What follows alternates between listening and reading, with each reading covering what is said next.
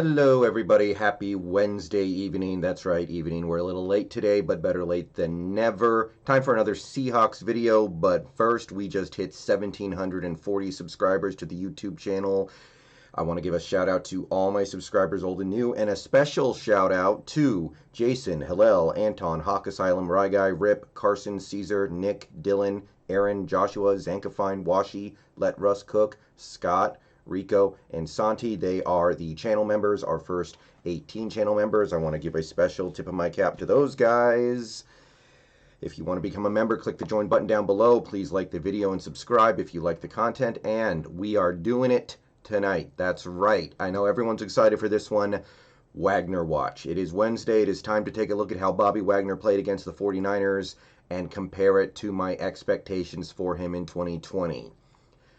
And after a couple of rough report cards for Bobby, I must say I am very happy to report that he was a star against the 49ers, and these numbers will bear it out. So let's go through the metrics that we're using. First, tackles, just a raw tackle stat. He picked up, let's see here, he picked up 11 total tackles against the 49ers to bring his total to 74.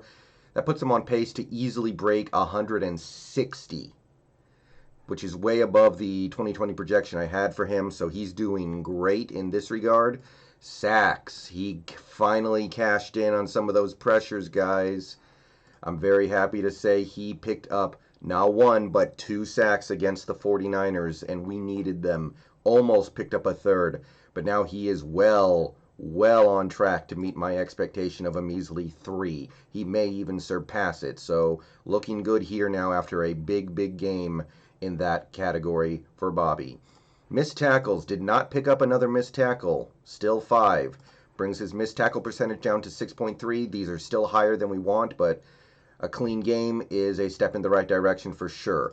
Solo tackles, he picked up a few more against the Niners. He picked up 6, which puts him right on pace, pretty much exactly on pace through 7 games to get to 90. Looks like he's going to just barely get there if he keeps up the pace. 89 or 90, it doesn't really matter that much to me. He's looking good here.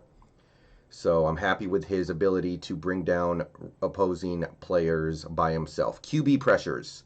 Now we're going to take a look at the QB pressures, and we finally have a purple category here.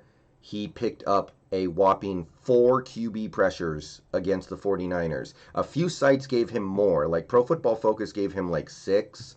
But Pro Football Reference gave him 4, so we're going to go with that because that's what I've been using this whole time. But you can easily argue Bobby picked up a couple more QB pressures. However you slice it, he's up to 8 now on the season, which is more than he had either of the last 2 years, and it's more than I thought he was going to get this year. So this is very good news for me. He will probably get a lot more than 8 because he was so successful on the blitz against the 49ers. It would be silly to not utilize that ability a little more as the season goes on. All right, tackles for loss. He picked up 3 against the 49ers. 2 were sacks, granted, but 1 was against the run as well. So, as you can see, he's quadrupled his tackle for loss count after 1 game and is now pretty much on pace to meet my expectation this season of 10. So, looking good here now. He does need to pick up a few more in the upcoming games to be comfortably on pace, but we're looking good now. And this was something I was really worried about after the first 6 games, so this is good. Next, turnovers forced. He still hasn't forced a turnover this year. This is turning into the one thing that it's not happening for him yet. So hopefully in the next few games he can pick off a couple because he's running out of time. Passes defense did not deflect any passes against the 49ers. Still at 4, which still puts him on pace to meet my expectations for 2020. Should be fine. Run tackles. He picked up quite a few against the 49ers. He picked up 8. So that puts him well on pace to meet my season expectations of 80. He's on pace to crush it, get to almost 100. His average tackle depth has also dipped way down because he had a very good game stopping the run against the 49ers. I don't think he gave up a single run longer than 5 yards. It's now down to 3.79, which is just barely below what I wanted to see in 2020. So we're looking good here after 7 games. Targets.